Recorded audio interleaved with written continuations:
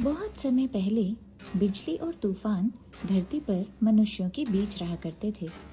राजा ने उन्हें मनुष्यों की बस्ती से दूर रखा था। बिजली तूफान की बेटी थी। जब कभी किसी बात पर बिजली नाराज हो उठती, वह तड़प कर किसी के घर पर गिरती और उसे जला देती, या किसी पेड़ को राख कर देती, या खेत की फसल नष्ट कर देती। मनुष्य को भी वह अपनी आग से जला देती थी।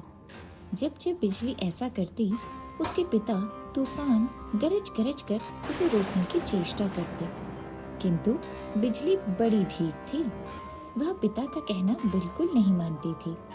यहाँ तक कि तूफान का लगातार गरजना मनुष्यों के लिए सिर दर्द हो उठा। उसने जाकर राजा से इसकी शिकायत की। राजा को उसकी शिकायत वाजिब लगी।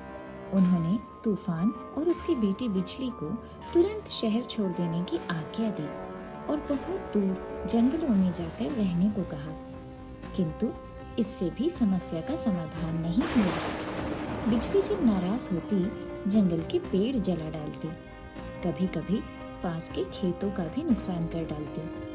मनुष्य को यह भी सहन न हुआ। उसने फिर राजा से शिकायत की। राजा बेहद नाराज हो उठा।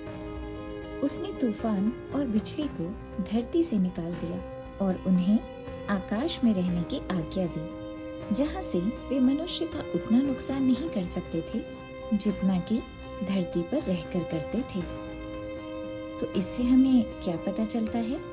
इससे हमें यह समझ में आता है कि क्रोध का फल हमेशा बुरा ही होता है।